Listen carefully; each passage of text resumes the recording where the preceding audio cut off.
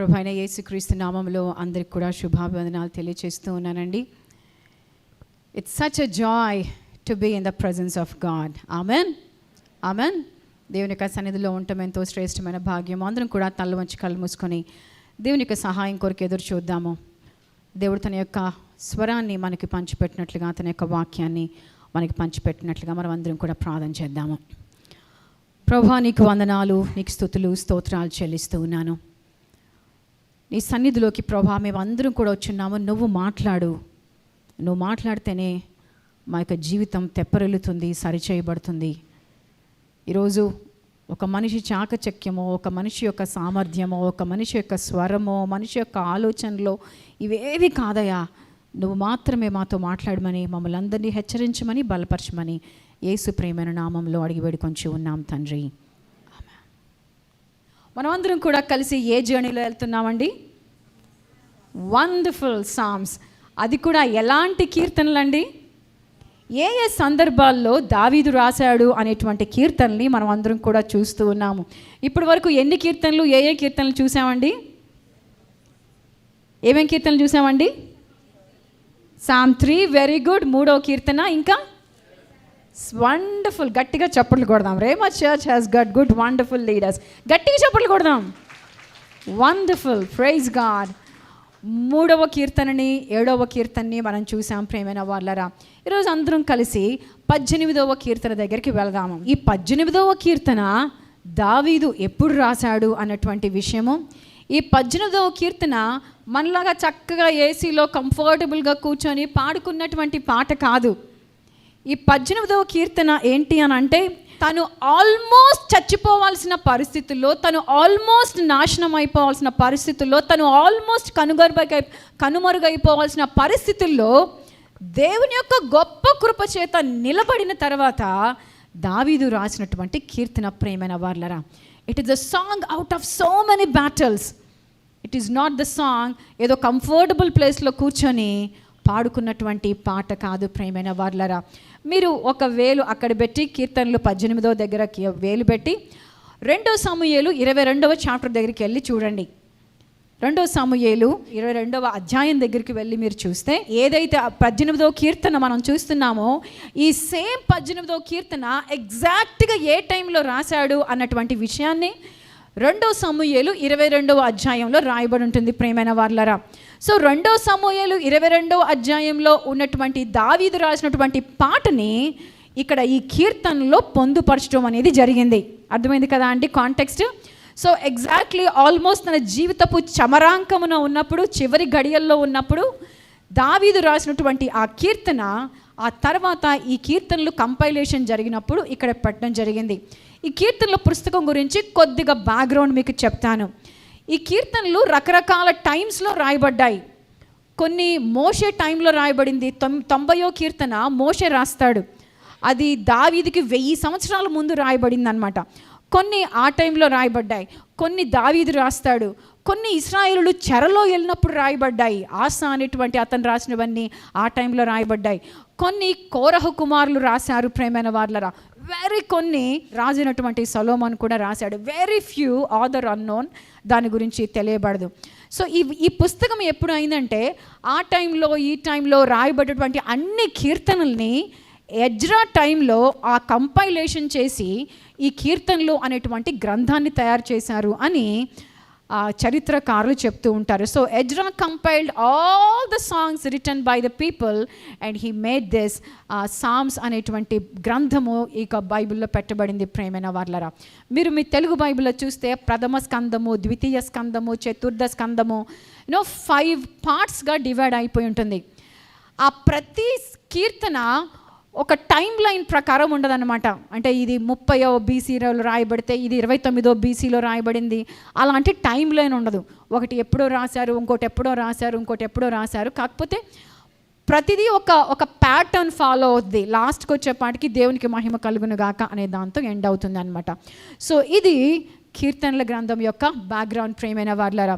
ఈరోజు మన 18వ అధ్యాయాన్ని చూస్తే దావీదు తన యొక్క జీవితం కొరకు పరిగెత్తుతూ ఉండినాడు. అనేకమైన సార్లు గుహల్లో ఉన్నాడు. కొన్నిసార్లు తన సొంత వారైనటువంటి వారు సౌలుతో బెట్రేయల్ చేసి లోన్లీగా అయిపోయినటువంటి పరిస్థితుల్లో ఉన్నారు. చాలా రోజులు ఏం జరుగుద్దో తెలియదు అనేటువంటి అన్సర్టినిటీలో ఉన్నాడు. రేపేం జరుగుద్దో తెలీదు, మరుక్షణం ఏం జరుగుద్దో తెలీదు అనేటువంటి అన్సర్టినిటీలో ఉన్నాడు. వీటన్నిటి మధ్యలో దావీదు ఈ యొక్క 18వ కీర్తన రాశాడు. ప్రియమైన వాళ్ళారా, ఈ 18వ కీర్తనని మనము ఆరు భాగాలుగా చూడొచ్చు.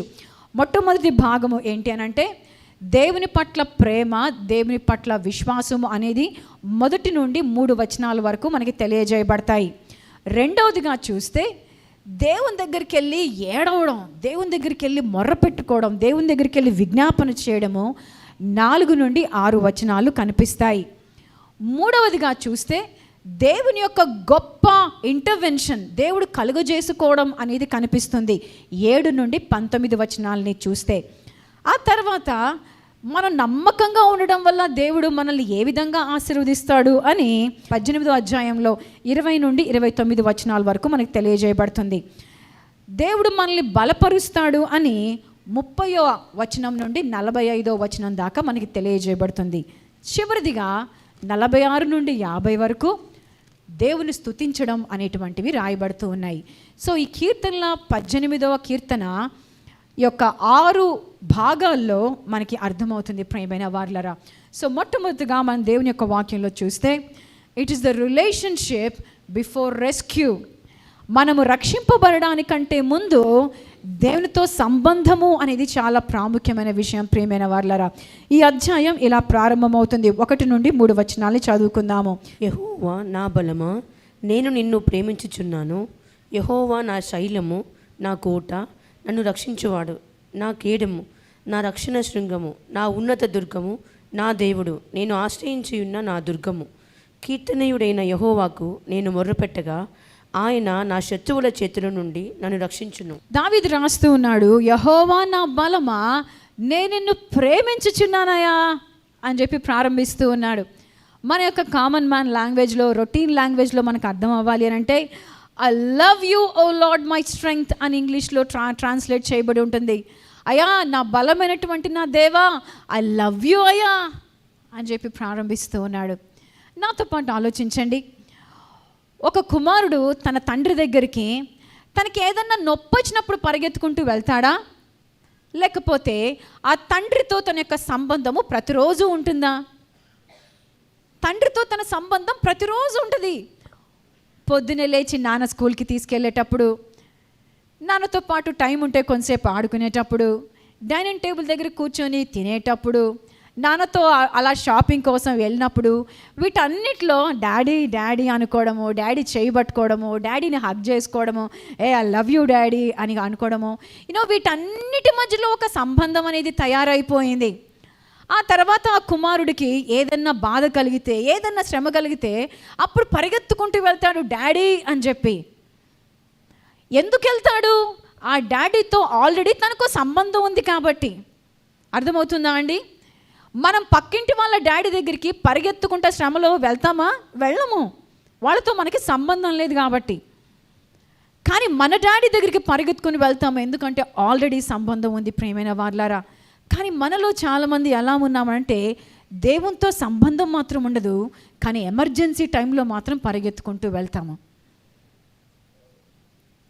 Dear children of God, your faith during the time of emergency will be very weak if you don't have a relationship already that is established with your God. నీ తండ్రితో ఆల్రెడీ నీకు ఉన్నటువంటి ఆ తండ్రి కుమారుడి సంబంధం నువ్వు లేకపోతే నీ సమస్యల్లో నీ దేవుని దగ్గరికి నువ్వు పరిగెత్తుకొని వెళ్ళడం అనేది ఎప్పుడు కూడా నీ జీవితంలో నీకు ఆశీర్వాదాన్ని ఇవ్వదు. ఈరోజు నువ్వు సంబంధం కలిగి ఉన్నావా, లేకపోతే ఎమర్జెన్సీలో మాత్రమే ప్రార్థన చేసేటువంటి వ్యక్తివిగాను ఉంటూ ఉన్నావా, పరిగెత్తుకొని వెళ్ళేటువంటి వ్యక్తివిగా ఉంటూ ఉన్నావా? ప్రియమైన వారలారా, ఈరోజు మన జీవితంలో నేను మనందరినీ కూడా ఇదే మనవి చేస్తూ ఉన్నాను. యేసయ్య పదే ఈ లోకంలో ఉన్నప్పుడు యోహాను సువార్త 15వ అధ్యాయంలో ఈ విషయాన్ని అనేకమైనటువంటి సార్లు దేవుడు సంబోధించాడు, ఎంతో నొక్కి వక్కాణించాడు. ఏమనంటే, నా యందు నిలిచి ఉండుడి, you avoid in me, that is a relationship. అది ఒక సంబంధం ప్రియమైన వారలారా. నా యందు నిలిచి ఉండండి, అప్పుడు మీరు ఫలిస్తారు. మీరు నా యందు నిలిచి ఉండకపోతే ఆ తీగ ఫలించదు అని.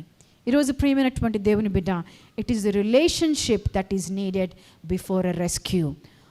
ఒక సహాయం పొందుకోవడానికంటే ముందు దేవునితో నీకు ఒక సంబంధం ఉండాలి. దావీదుకి సౌలుని ఎదుర్కోవడానికంటే ముందు, తన యొక్క శత్రువులైనటువంటి ఫిలిస్తీన్ని ఎదుర్కోవడానికంటే ముందు, తన కుమారుడైనటువంటి అబ్షాలోం యొక్క వెన్నుపోటుని ఎదుర్కోవడానికంటే ముందు, వీటన్నిటికంటే ముందు గొర్రెల కాపరిగా ఉన్నప్పుడు తన దేవునితో సంబంధం ఉన్నది. ఈరోజు నీ జీవితంలో సంబంధం లేకపోతే నీ ఎమర్జెన్సీస్లో, ఈ యొక్క అత్యవసర పరిస్థితుల్లో నువ్వు విశ్వాసంలో నుంచబడలేవు. ప్రియమైన వాళ్ళారా, you don't build trust in the Storm, but you reveal the trust built before the Storm. తుఫాన్లు రావడానికి కంటే, తుఫాన్లు వచ్చినప్పుడు నువ్వు విశ్వాసాన్ని ఎస్టాబ్లిష్ చేయలేవు. తుఫాన్లు రావడానికంటే ముందు నీకు ఉన్నటువంటి విశ్వాసము నిన్ను స్థిరపరుస్తుంది. ఈరోజు మన దేవునితో ప్రతి ఒక్కరికి కూడా ఆ వ్యక్తిగత సంబంధం ఉండును గాక. ఒకసారి ఆలోచిద్దాం, ఒక నిమిషం ఆగి. నీ దేవునికి నేను నిన్ను ప్రేమిస్తున్నాను అని చెప్పి ఎన్నాళ్ళైంది? When was the last time you said to God, hey God, I love you? బహుశా గర్ల్ ఫ్రెండ్ ఉంటే 100 సార్లు చెప్పుంటామేమో, నాకు తెలీదు. మరి వైఫ్కి 1-2 సార్లు అన్నా చెప్పావో లేదో నాకు అంతకంటే తెలీదు. హస్బెండ్కి చెప్పారో లేదో నాకు తెలీదు. బట్ దావీదు అంటున్నాడు, నా బలమా నేను నిన్ను ప్రేమిస్తున్నాను అని. ఈరోజు రేమా సంఘము, అయా నేను నిన్ను ప్రేమిస్తున్నాను అని సంఘముగా ఉండును కాక. ఆమేన్. మన కుడి చేయి పైకెత్తి చెప్దామా? నా దేవా నేను నిన్ను ప్రేమించుచున్నాను. Say it as you mean it. నా దేవా నేను నిన్ను ప్రేమిస్తున్నాను. May your true love reach your God. ఆయనతో సంబంధం లేకుండా ఎప్పుడు కూడా ముందుకు వెళ్ళలేము. నెంబర్ 2, ఏం చేశాడు దావీదు అనేటువంటి విషయాన్ని చూస్తే 4వ వచనం నుండి మనం చూసుకుంటాము 6వ వచనం వరకు. దేవుని దగ్గరికి వెళ్ళి నిజాయితీగా ఏడ్చి తన విన్నపాన్ని చెప్పుకుంటూ ఉన్నాడు. 4వ వచనం నుండి ఇలా ప్రారంభమవుతుంది చూడండి.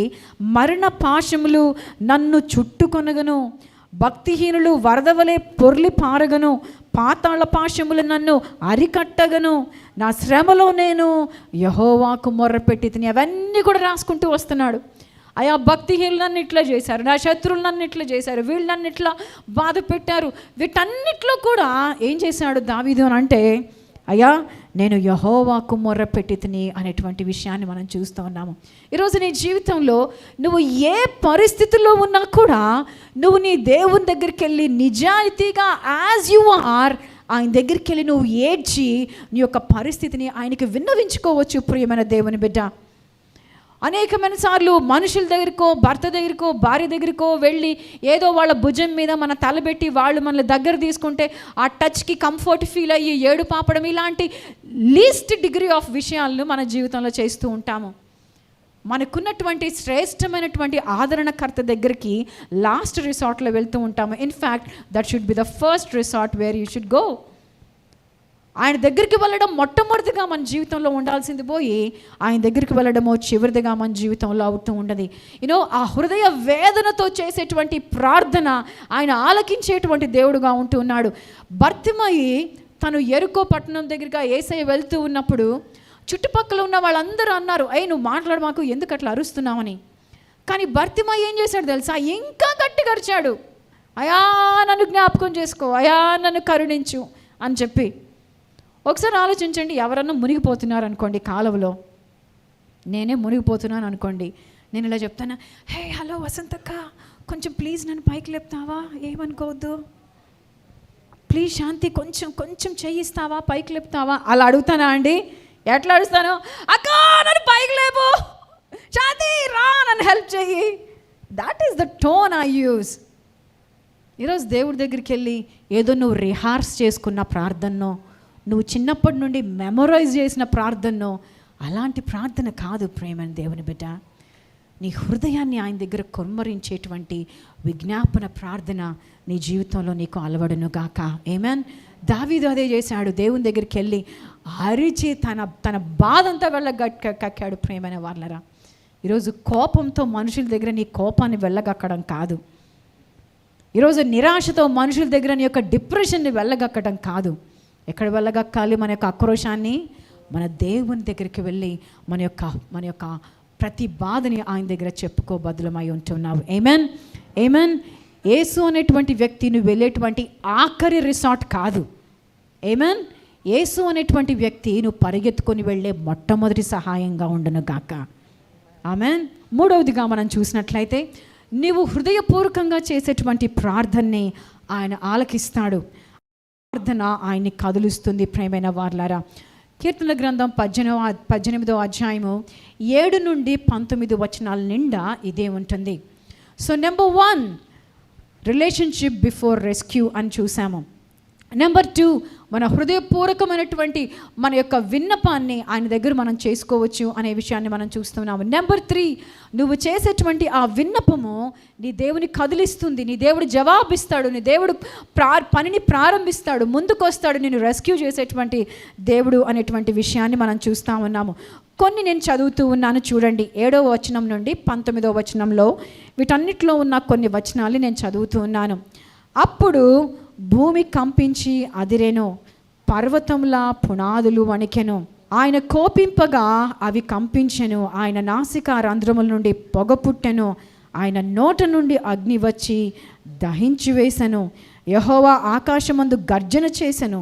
సర్వోన్నతుడు తన ఉరుము ధ్వనిని పుట్టించెను. వడగండ్లు మండుచున్న నిప్పులను రాలెను. యెహోవా నీ నాసికా రంధ్రముల ఊపిరిని నువ్వు విడువగా నీ గద్దింపునకు ప్రవాహముల అడుగు భాగములు కనబడెను. భూమి పునాదులు బయలుపడెను అని దేవుని యొక్క రియాక్షన్ గురించి రాసుకుంటూ వచ్చాడు. ప్రేమైన వాళ్ళరా, ఇది నేను చదువుతూ ఉన్నప్పుడు ఒక తండ్రి బిడ్డ రిలేషన్షిప్ని నేను కూర్చొని ఆలోచిస్తూ ఉన్నాను. ఎవరైనా నా బిడ్డని ఏమన్నా అన్నారు అని అంటే, ఎవరైనా నా బిడ్డని అన్యాయంగా బాధ పెట్టి ఏడిపించి కళ్ళు తెరిచారు అని అంటే మనం ఏమంటామండి? ఇట్లా అంటారా, ఇట్లా చేస్తారా కదా అండి. బైబిల్ ఏమని చెప్తుందో చూడండి. 2-3 సార్లు రాయబడి ఉంది చూడండి. హౌ బ్యూటిఫుల్లీ మన తండ్రి మనల్ని ప్రేమిస్తున్నాడు అన్న విషయాన్ని. ఆయన నాసికా రంధ్రముల నుండి పొగ పుట్టెను అనేటువంటి విషయాన్ని మనం చూస్తూ ఉన్నాము. ఇంకా కిందకు వచ్చి చూస్తే, యెహోవా నీ నాసికా రంధ్రముల నుండి ఊపిరిని విడవగా నీ గద్దింపునకు ప్రవాహముల అడుగు భాగములు కనబడను అనేటువంటి విషయాన్ని చూస్తూ ఉన్నాము. ఆయన కుమారుడు అయిన నువ్వు, ఆయన కుమార్తెవైన నువ్వు ఆయన దగ్గరికి వెళ్ళి నువ్వు గుండె పగలగొట్టుకొని నువ్వు ప్రార్థించినప్పుడు ఎవరైతే నీ మీదకి వచ్చారో, ఎవరైతే నిన్ను బాధపడుతున్నారో, ఏ పరిస్థితి అయితే నిన్ను కింద పడేసి గిలవిలలు ఆడిస్తుందో వాటితో నీ దేవుడు ఏమంటాడు తెలుసా? ఎంత ధైర్యం నా బిడ్డను అలా అనడానికి. హల్లెలూయా. నేనేం చెప్పట్లేదండి, బైబిల్లోనే ఉంది అది. ఆయన నాసికా రంధ్రముల నుండి ఏమనుంది? ఊపిరిని విడువగా. మనం చేస్తాం కదండి మన పిల్లల్ని ఎవరన్నా అంటే అని అంటూ ఉంటాం. ఎంత ప్రేమ గల దేవుడు నీకున్నాడో చూడండి. Today I'm trying to make you understand ఎంత ప్రేమించే తండ్రిని నువ్వు కలిగి ఉన్నావు అని. నిన్నెవరైనా అంటే అది నీ ఉద్యోగంలో అవ్వచ్చు, నీ ఇంట్లో అవ్వచ్చు, నీ పిల్లలు అవ్వచ్చు, నీ భర్త అవ్వచ్చు, నీ భార్య అవ్వచ్చు, ఎవరైనా అవ్వచ్చు, నీ అత్త మామాయి అవ్వచ్చు, ఎవరైనా అవ్వచ్చు. ఎవరైనా నిన్నేమన్నా అన్యాయంగా అంటే నీ దేవుని రియాక్షన్ ఏంటండి? ఒకసారి అందరం చేద్దామా? ఫస్ట్ సర్వీస్లో మేము అందరం చేసాము. ఎలా ఉంటుంది నీ దేవుని యొక్క రియాక్షన్? మన దేవుని యొక్క రియాక్షన్ ఎలా ఉంటుంది? హల్లెలూయా, హల్లెలూయా, హల్లెలూయా. అంటే మన దేవుడు నా బిడ్డను అంటానికి నీకు ఎంత ధైర్యం, నా కుమారుని అంటానికి నీకు ఎంత ధైర్యం, నా కుమార్తెను అంటానికి ఎంత ధైర్యం అని నీ కొరకు నీ పరిస్థితులతో, నీ వ్యక్తులతో, నీకు అడ్డుగా నుంచినటువంటి వాటితో ఆయన పోరాడేటువంటి దేవుడుగా ఉంటున్నాడు. హల్లెలూయా. సో ఎప్పుడైనా మనుషులు నీ మీదకి లేచి వస్తే నీ దేవుని యొక్క రూపం నీకు ఎలా గుర్తు రావాలి అని నీ దేవుడు నీ గురించి అనుకుంటూ ఉంటాడని. హల్లెలూయా. సో నెంబర్ 4 మనం ముందుకు చూద్దాము. ఆయన మనల్ని మన ప్రతి యుద్ధానికి సిద్ధం చేసేటువంటి దేవుడుగా ఉంటూ ఉన్నాడు. ఆయన మన యొక్క నిజాయితీని ఆనర్ చేసేటువంటి దేవుడుగా, దాన్ని బహుమానం ఇచ్చేటువంటి దేవుడుగా, దాన్ని గణపరిచేటువంటి దేవుడుగా ఉంటూ ఉన్నాడు. కీర్తనల గ్రంథము 18వ అధ్యాయము 20 నుండి 29 వచనాలను మనం చూసుకుంటే, ఈ విధంగా దావీదు రాస్తూ ఉన్నాడు, నా నీతిని బట్టి యెహోవా నాకు ప్రతిఫలం ఇచ్చెను, నా నిర్దోషత్వమును బట్టి నాకు ప్రతిఫలం ఇచ్చెను అనేటువంటి విషయాన్ని మనం చూస్తూ ఉన్నాము. ఈ లోకంలో మన చుట్టూ జరిగేటువంటి అనేకమైన పరిస్థితులను చూస్తూ ఉంటే ఎప్పుడో ఒకసారి జీవితంలో మీకు అనిపించి ఉండుంటుంది, నేను నిజాయితీగా నుంచొని ఏం లాభం, నేను సత్యానికి కట్టుబడి నిజం మాట్లాడడం వల్ల ఏం లాభం, అబద్ధంతో మాట్లాడి దేవునికి దూరంగా ఉండి పాపంలో నివసించే వాళ్ళేమో బాగానే ఉన్నారే, కానీ నేనేమో ఇలా ఉన్నాను అని అనేకమైన సార్లు మనకు అనిపించుతుంది కదా అండి. ఏదో ఒక టైంలో లైఫ్లో అనిపిస్తుంది, నేను నిజాయితీగా నుంచొని నాకేం లాభం అని.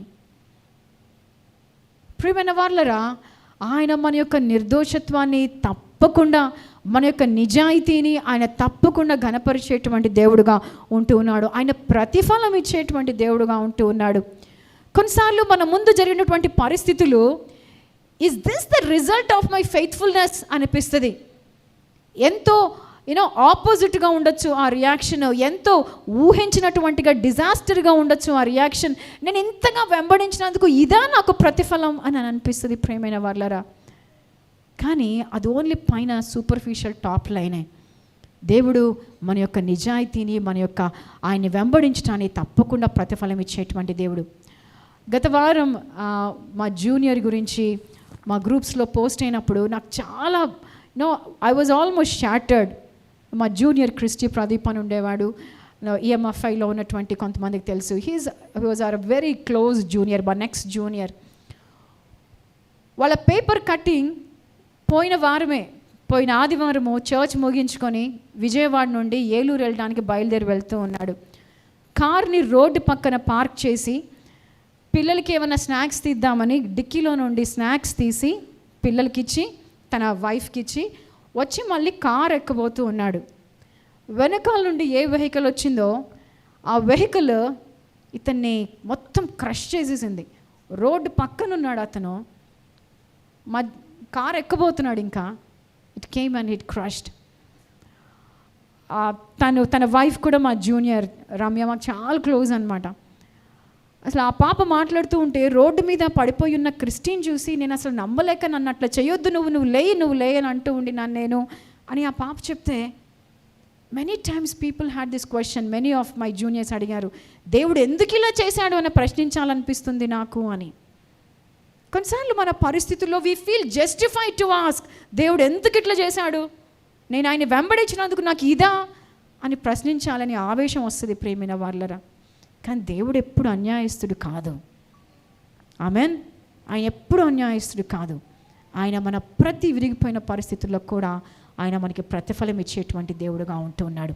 ఈరోజు ఆ నిజాయితీని, ఈరోజు ఆ యొక్క ఎవరు చూసినా చూడకపోయినా నీ యొక్క ఇంటిగ్రిటీ కొరకు నువ్వు నుంచోడానికి ఎక్కడ కూడా కాంప్రమైజ్ అవ్వద్దు ప్రేమైనటువంటి దేవుని బిడ్డ. మనుషులు నీకు ప్రతిఫలం ఇవ్వలేదు కాబట్టో, లేకపోతే నీకు ప్రతికూలమైనటువంటి పరిస్థితులు నీ జీవితంలో ఎదురయ్యాయి కాబట్టో నువ్వు నిజాయితీగా నుంచోవడము ఎప్పుడు కూడా ఆపొద్దు. అమెరికాలో ఒక పెద్ద పట్టణంలో ఒక పెద్ద బ్రిడ్జ్ కొలాప్స్ అయిపోయి పడిపోయింది. పడిపోయిన తర్వాత ఎందుకు పడిపోయింది అన్నటువంటి విషయాన్ని ఇంజనీర్స్ చూస్తూ ఉన్నప్పుడు వాళ్ళు గమనించారు, ఆ యొక్క బ్రిడ్జ్కి ఒక చిన్న క్రాక్స్ ఉన్నాయి. అవి చిన్నవే కదా, ఏం జరుగుతుంది అని వాళ్ళు పెద్దగా పట్టించుకోలేదు. ఆ క్రాక్స్ ఆ యొక్క పెద్ద బ్రిడ్జ్ పడిపోవడానికి కారణమయ్యాయి. అనేకమైన సార్లు మనం కూడా మన విశ్వాస జీవితంలో ఈ చిన్న చిన్న క్రాక్స్ని చూడము. ఈ ఒక్కరోజు ప్రార్థన చేసుకోలేదు కదా, పర్వాలేదులే. మా ఫ్రెండ్స్తో ఒక్కసారి సినిమాకి వెళ్తున్నాను, పర్వాలేదులే. ఏముంది, వాళ్ళు భారీ బలవంతం చేశారు కాబట్టి ఒక్క పెగ్గ మందు తాగాను, పర్వాలేదులే. ఈ ఒక్కసారి లంచం తీసుకున్నాను, పర్వాలేదులే.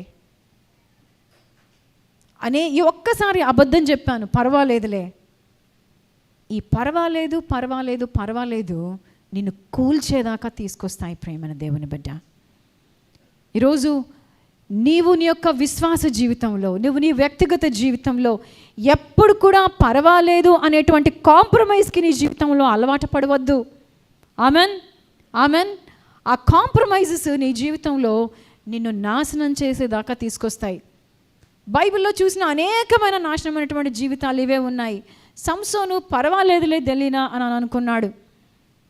సలోమోను పర్లేదులే ఐగుప్తు స్త్రీని పెళ్లి చేసుకుంటాను అని అనుకున్నాడు. ఇలా పర్వాలేదు అని అనుకున్న వాళ్ళందరూ కూడా నాశనం అయ్యారు. అననీయ సప్పీరా అనుకున్నారు, పర్వాలేదు కొంచెం దాచిపెట్టుకొని కొంచెం ఇద్దాము అనుకున్నారు.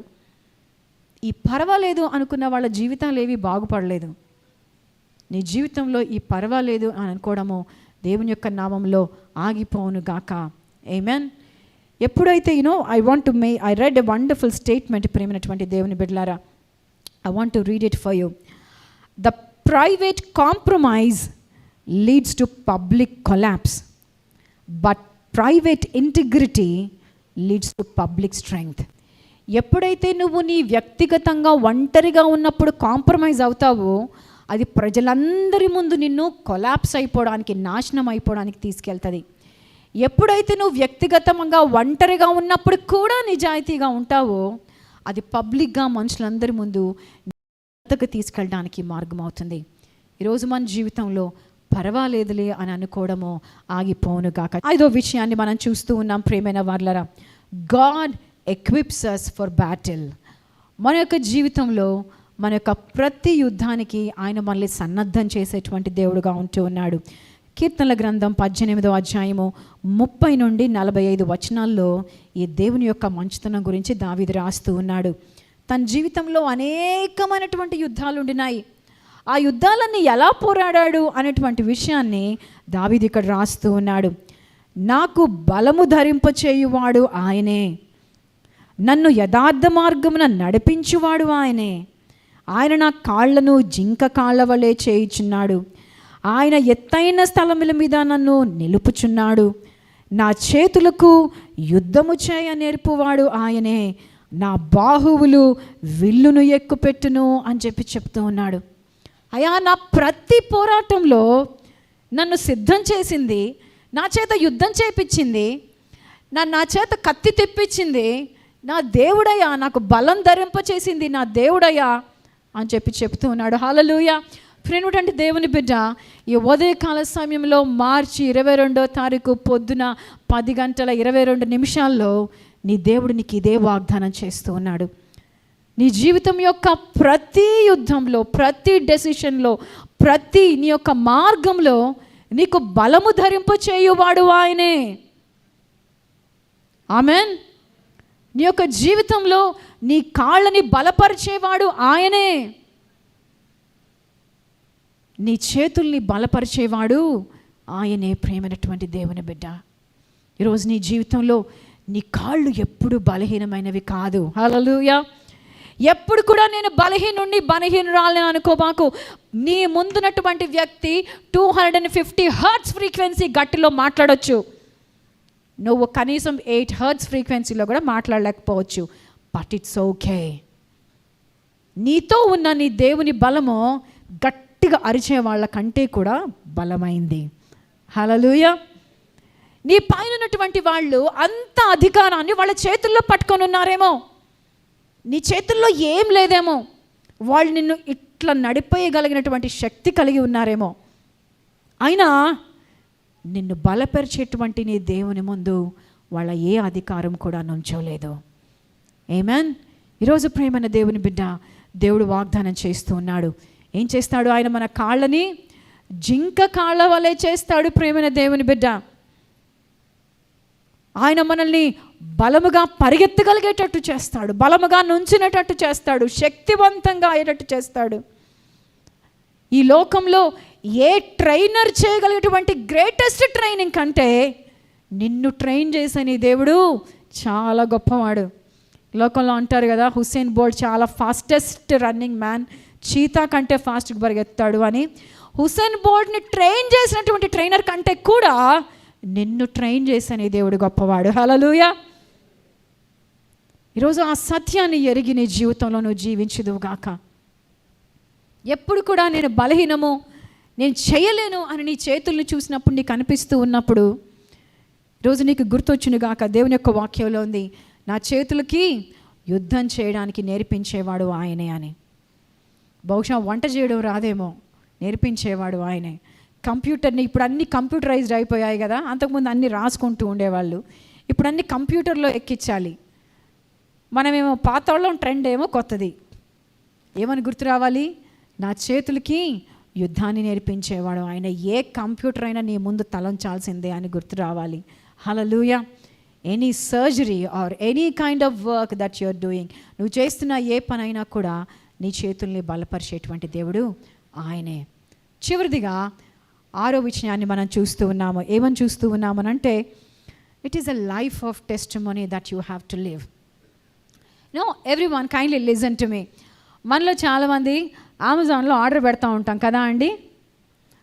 Yes or no? ఎస్. మనలో చాలామంది మింత్రాలో ఆర్డర్ పెడుతూ ఉంటాం కదా అండి. ఈ రెండు పక్కన పెడితే మనలో చాలామంది చాలా రొటీన్గా ఆర్డర్ పెట్టేది Zomato, Swiggy. Yes or no? కదా అండి. ఈ జొమాటో, స్విగ్గీలో ఆర్డర్ చేసేటప్పుడు ఏం చూసి ఆర్డర్ చేస్తారు చెప్పండి? వండర్ఫుల్, కరెక్ట్ ఆన్సర్ వచ్చింది. ఏం చూసి ఆర్డర్ చేస్తారు? You look at the reviews.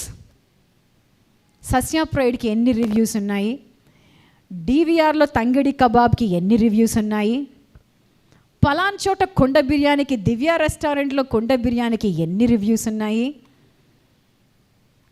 Carol లాంటి వాళ్ళైతే బెల్జియన్ వాఫల్కి ఎక్కడ రివ్యూస్ ఎక్కువ ఉన్నాయి అని చెప్పి మన రివ్యూస్ చూస్తాము. అంటే ఎవరో ఒకళ్ళు దాన్ని తిని ఇది బాగుంది అని చెప్పి రివ్యూ ఇచ్చారనమాట. కాబట్టి నువ్వు దాన్ని నమ్మి దాన్ని కొనుక్కోవడానికి ముందుకు వెళ్తున్నావు. అర్థమైంది కదండి? ఈరోజు నీ జీవితంలో నీ దేవుని యొక్క ప్రేమను అనుభవించిన తర్వాత, నీ దేవుడి యొక్క గొప్ప ఇంటర్వెన్షన్ని నీ జీవితంలో అనుభవించిన తర్వాత, నీ యుద్ధంలో ఆయన నిన్ను బలపరిచి నువ్వు గెలవడానికి ఆయన నీకు సహాయం చేసిన తర్వాత, నువ్వు ఆయన యొక్క మంచితనం గురించి రివ్యూ అయినటువంటి టెస్టిమనీని ఇవ్వకపోతే ఎవరు యేసయ్యని తెలుసుకుంటారు? ఎవరు నమ్మగలరు యేసయ్య మంచివాడు అని? ఎవరికి ఎలా తెలుస్తుంది? ఈరోజు నీకు రివ్యూ ఉంటే పలానా చోట పలాంది మంచిది అని తెలిసింది. ఈరోజు నీ యేసయ్య గురించి నువ్వు రివ్యూ రాకపోతే, నీ వ్యక్తిగత జీవితంలో నా దేవుడు ఇలాంటి వాడు అని నువ్వు టెస్టిమనీ ఇవ్వకపోతే, నువ్వు చుట్టుపక్కల ఉన్న వాళ్ళు ఎలా పలానా వ్యక్తి గురించి తెలుసుకుంటారు? ఎలా యేసయ్యని గురించి తెలుసుకుంటారు? నేను చాలాసార్లు టెస్టిమనీస్ చెప్పడానికి మనం చాలామంది ముందుకు రాము. ఇది చిన్నదే కదా, ఇది అంతదే కదా అని అనుకుంటావు. నీకు చిన్నది అవ్వచ్చు, దాన్ని అనుభవించే వాళ్ళకి తెలుస్తుంది. ఎప్పుడో ఒకసారి ఏదో విషయంలో నాకు సహాయం చేస్తే, నాకు చాలా బాగాలేదు, కోవిడ్ టైం, వంట చేసుకోలేను, యాజ్ యూజువల్ నా రెస్క్యూ నాకు వంట చేసి పంపించారనమాట అక్క చాలా థ్యాంక్స్ అక్క అని చెప్పాను. నేను ఏమ్మా చిన్నదే కదా, వంట చేసి ఏముంది అని అంటే, అన్నాను అక్క మీకు చిన్నది అవ్వచ్చు, లేచి జ్వరంలో వంట చేయడం ఎంత కష్టమో నాకు తెలుసు, బికాజ్ ఆ టైంలో పనివాళ్ళు లేరు, ఎవ్వరు లేరు. బహుశా మనకి చిన్నది అవ్వచ్చు, కానీ పొందుకున్న వాళ్ళకి, అవసరంలో ఉన్న వాళ్ళకి అది చాలా పెద్దది అవ్వచ్చు. ప్రియమైన వాళ్ళరా, unless you tell about the goodness of your God, నువ్వు నీ దేవుని యొక్క మంచితనం గురించి చెప్పకపోతే వాళ్ళు ఎలా తెలుసుకుంటారు నీ దేవుడు మంచివాడని? యెహోవా ఉత్తముడని రుచి చూచి తెలుసుకోండి అని ఉంది. నువ్వు రుచి చూచి తెలుసుకున్న తర్వాత రుచి చూపించకపోతే వాళ్ళు ఎలా రుచి చూస్తారు నీ దేవుణ్ణి? ఈరోజు నీ జీవితంలో ఆయన స్తుతించడం అనేది నీకు ఎప్పుడు కూడా అలవాటుగా ఉండును గాక. దావీదు ఈ విధంగా ముగిస్తాడు చూడండి. 46వ వచనం దగ్గర నుండి మనం చదువుకుందాం. ప్రియమైన వాళ్ళరా, యెహోవా జీవము గలవాడు, నా ఆశ్రయదుర్గమైన వాడు, స్తోత్రార్హుడు, నా రక్షణకర్త అయిన దేవుడు బహుగా స్తుతి నొందును గాక. ఆయన నా నిమిత్తము ప్రతిదండన చేయు దేవుడు, జనములను నాకు లోబరుచువాడు ఆయనే. ఆయన నా శత్రుల చేతిలో నుండి నన్ను విడిపించును. నా మీదకి లేచు వారి కంటే ఎత్తుగా నువ్వు నన్ను హెచ్చించుదువు. బలాత్కారం చేయు మనుషుల చేతిలో నుండి నువ్వు నన్ను విడిపించుదువు. అందువల్ల నా యెహోవా, అన్యజనులో నేను ఘనపరచెదను, నీ నామ కీర్తన గానం చేసేదను. నువ్వు నియమించిన రాజునకు గొప్ప రక్షణ కలుగు చేయువాడవు. అభిషేకించిన దావీదునకు అతని సంతానమునకు నిత్యము కనికరము చూపువాడవు. ఆయన ఒక స్తుతించడంతో దేవుడు తన జీవితం అంతా ఎలా నమ్మకస్తుడుగా ఉండినాడో అని స్తుతిస్తూ ముగిస్తూ ఉన్నాడు. అయా మీరు తెలుసుకోండి, సౌలు నన్ను చంపాలనుకున్నాడు. అయా మీరు తెలుసుకోండి, ఫిలిస్తీన్లు అనేకమైన సార్లు యుద్ధానికి వచ్చారు, ప్రతిసారి నా కాలు కిందే ఉన్నారు. అయా మీరు తెలుసుకోండి, నా కొడుకు నా వాళ్ళందరినీ తీసుకుని నాకు వ్యతిరేకంగా రాజుగా అయిపోగలను అని అనుకున్నాడు, కానీ నా వెన్నుపోటు పొడవాలి అనుకున్న వాళ్ళందరూ కూడా మరణించారయ్యా. నా దేవుడు నా పట్ల రక్షణ కలిగిస్తాడయ్యా అని తన దేవుని యొక్క మంచితనం గురించి స్తుతిస్తూ వచ్చాడు. హల్లెలూయా. ఈరోజు మన జీవితంలో ఆయన మంచితనాన్ని స్తుతించడం అనేది ఎప్పుడు కూడా ఆగిపోకూడదు. ఈ 18వ కీర్తన ఒక విశ్వాసి యొక్క జీవితపు యొక్క చక్రానికి సూచనగా ఉంటుంది. It represents the cycle what God does in our life. Number 1 మనం చూసినట్లయితే లవ్, దేవుణ్ణి ప్రేమించడం.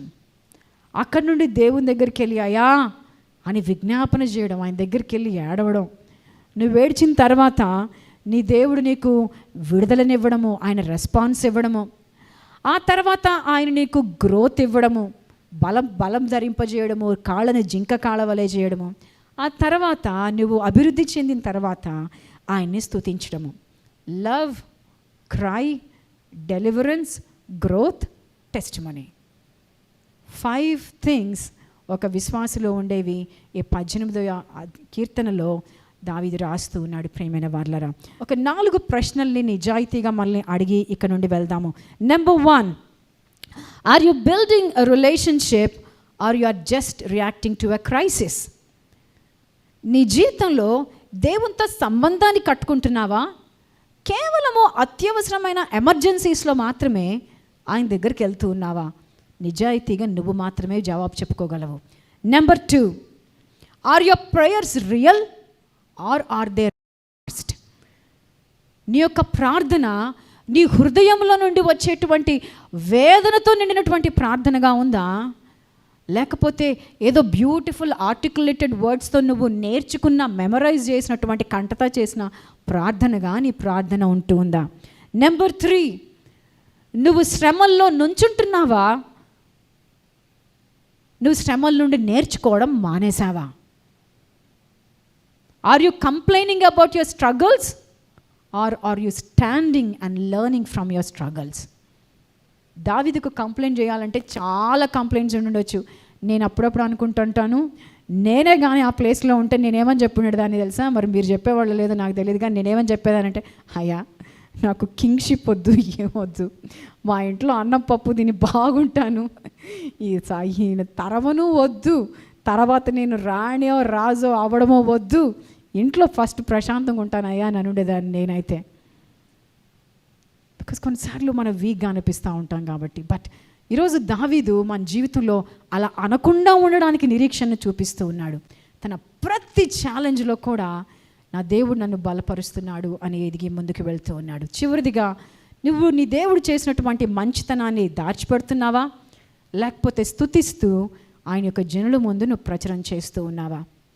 ఈరోజు నేను ముగిస్తూ ఉన్నాను. దావీదుని విడుదల చేసినటువంటి సేమ్ గాడ్, ఏ దేవుడైతే దావీదుని విడుదల చేశాడో ఆ దేవుడు ఈరోజు నిన్ను కూడా విడుదల చేయడానికి ఆయన సమర్థనటువంటి దేవుడు. Amen. The same God who trained David is still shaping you. ఏ దేవుడైతే దావీదుని ట్రైన్ చేశాడో ఆ దేవుడు నిన్ను కూడా ఆయన నిన్ను కూడా ట్రైన్ చేస్తూ ఉన్నాడు. And one day your struggles will become your Psalm 18. ఏదో ఒక రోజు నీ ప్రతి శ్రమలన్నీ కూడా నీ 18వ కీర్తనగా తప్పకుండా మారుతాయి. హల్లెలూయా. అందరూ కూడా తల్ల వంచి కళ్ళు మూసుకొని ప్రార్థన చేద్దాము. నీ శ్రమలు 18వ కీర్తనలా మారాలి అని అంటే ఆయనతో సంబంధం అవసరం. ఈరోజు ఇక్కడ కూర్చొని ఇంకా రక్షణ లేకుండా, ఆయనతో వ్యక్తిగత సంబంధం లేకుండా నామమాత్రంగా నువ్వు ఉన్నట్లయితే నిన్ను నువ్వు ప్రశ్నించుకో. అయ్యా నన్ను సరిచేయ్యా, నీతో నాకు సంబంధం కావాలయ్యా. నీ దేవుని దగ్గరికి నీ శ్రమలో వెళ్ళే వ్యక్తిగా కాదు, సంబంధం కలిగి వెళ్ళే వ్యక్తిగా నువ్వు ఉందవు కాక. అందరం కూడా ప్రార్థన చేద్దాం. అయ్యా నేను ప్రేమిస్తున్నానయ్యా, నేను ప్రేమిస్తున్నానయ్యా. ఈరోజు నీ హృదయాన్ని తెరిచి నీ దేవునికి చెప్పు, అయ్యా ఐ లవ్ యూ, అయ్యా ఐ లవ్ యూ, అయ్యా నేను ప్రేమిస్తున్నానయ్యా, నువ్వు నా ప్రియుడవయ్యా, నేను ప్రేమిస్తున్నానయ్యా. బహుశా ప్రతిసారి దేవుని దగ్గరికి నాకు అది ఇవ్వు, నాకు ఇది ఇవ్వు అని వెళ్ళావేమో. ఈ ఉదయకాల సమయంలో ఒక్కసారి ప్రార్థన చేయా, నేను ప్రేమిస్తున్నాయా, నువ్వు నా ప్రియుడవయ్యా, నేను ప్రేమిస్తున్నాయా. అని చెప్పుదుము గాక. ప్రియమైన వార్లారా, నీ తండ్రి నీ కొరకు రోషము కలిగి రెస్పాండ్ అవుతాడని నువ్వు గుర్తుపెట్టుకుందువు గాక. నీ కాళ్ళు బలహీనమని ఎందుకు అనుకుంటున్నావు? నీ భుజాల మీద ఏ భారాన్ని మొయ్యలేనని ఎందుకు అనుకుంటున్నావు? ఈ చేతులు ఏవి చేయలేవని ఎందుకు అనుకుంటున్నావు? ఆయన వాగ్దానం చేస్తున్నాడు, నేను జింక కాళ్ళలా చేస్తాను, నీ చేతులకి యుద్ధం నేర్పిస్తాను, నీ భుజాల మీద విల్లెక్కి పడతావు నువ్వు, నేను నా బలాన్ని నీకు ధరింప చేస్తాను అని. రోజు అందరం కూడా చెప్దామా, నాకు greatest trainer of the world నాతో ఉన్నాడు అని. ఈ లోకంలో ఏ లైఫ్ కోచ్ అయినా, లేకపోతే ఏ ఎమోషనల్ కోచ్ అయినా, ఏ సైకాలజిస్ట్ కోచ్ కంటే కూడా గ్రేటెస్ట్ కోచ్ నాకున్నాడు అని గుర్తొచ్చును గాక. ప్రభువా నీకు స్తోత్రాలు, నీకు వందనాలు. నీ వాక్యం జీవం కలిగినది, నీ వాక్యం బలాన్ని ఇస్తుంది. లార్డ్, టుడే ఐ ప్రే, నా తండ్రి నన్ను ప్రేమిస్తున్నాడు, నా మీదకు వచ్చి వారితో నా తండ్రి మధ్యలో నుంచుంటాడు అని గుర్తుకొచ్చును గాక. నా తండ్రితో నా అవసరంలో కాదు, నా తండ్రితో ప్రతిరోజు నేను ప్రేమలో ఉందును గాక అని ప్రభువా గుర్తొచ్చిండు గాక. నాకు నా గొప్ప ట్రైనర్ ఉన్నాడని, ఆ ట్రైనర్ నన్ను బయటకు తీసుకొస్తాడని ప్రభువా విశ్వాసంతో గుర్తుపెట్టుకుందురు గాక. మా జీవితంలో నుండి నీ స్తుతి ఎప్పటికీ కూడా బయటకు వచ్చును గాక. మా జీవితంలో నుండి కంప్లైంట్స్ బయటకు రాకూడదయ్యా, సహాయం చేయండి. ఇక్కడ కూర్చున్న మాలో చాలామంది జీవితాల్లో నాకు అది లేదు, నాకు ఇది లేదు, దేవుడు నాకు అది చేయలేదు, ఇది చేయలేదు, నాకు ఆ సమస్య ఉంది, ఈ సమస్య ఉంది, ఈ దిగులుంది, ఆ దిగులుంది అని అనేకమైనటువంటి కంప్లైంట్స్ బయటకు వస్తున్నాయా మా జీవితంలో. మా జీవితంలో నుండి స్తుతి బయటకు వచ్చును గాక. మా జీవితంలో నుండి స్తుతి బయటకు వచ్చును గాక, స్తుతి బయటకు వచ్చును గాక, స్తుతి బయటకు వచ్చును గాక. కంప్లైంట్స్ కింద ఉండును గాక అయ్యా, కంప్లైంట్స్ కింద ఉండును గాక, స్తుతి బయటకు వచ్చును గాక. స్తుతించడం అనేది రేమా సంఘంలో ఉన్న ప్రతి వ్యక్తికి అలవాటుగా ఉండును గాకయ్యా. చాలాసార్లు పైన ఉన్నటువంటి అధికారులు స్తుతిస్తూ ఉంటారు, డప్పు కొడుతూ ఉంటారు, ప్రైజ్ చేస్తూ ఉంటారు. సార్ మీరు గొప్ప సార్, మీరు గ్రేట్ సార్, మీరు గ్రేట్ డెసిషన్ తీసుకుంటారు సార్ అని డప్పులు కొడుతూ ఉంటారయ్యా. మనుషులకి డప్పులు కొడుతుంటారయ్యా, కానీ నా దేవుడు గొప్పవాడు అని స్తుతించడానికి వాళ్ళ నోరు రావట్లేదయ్యా. ఈరోజు మా జీవితంలో నా దేవుడు గొప్పవాడు అని స్తుతించేటువంటి ఆ స్తుతి మా యొక్క హృదయంలో నుండి బయటకు వచ్చిన కాక అని ప్రార్థన చేస్తూ, మా అందరి జీవితాల్లో ఏ విధంగా దావీదు కీర్తనల 18వ అధ్యాయాన్ని తన జీవితంలో అనుభవించాడో, may all our struggles turn into Psalm 18 in our lives. యేసు ప్రియమైన నామములో అడిగి వేడుకొంచి ఉన్నాను తండ్రి.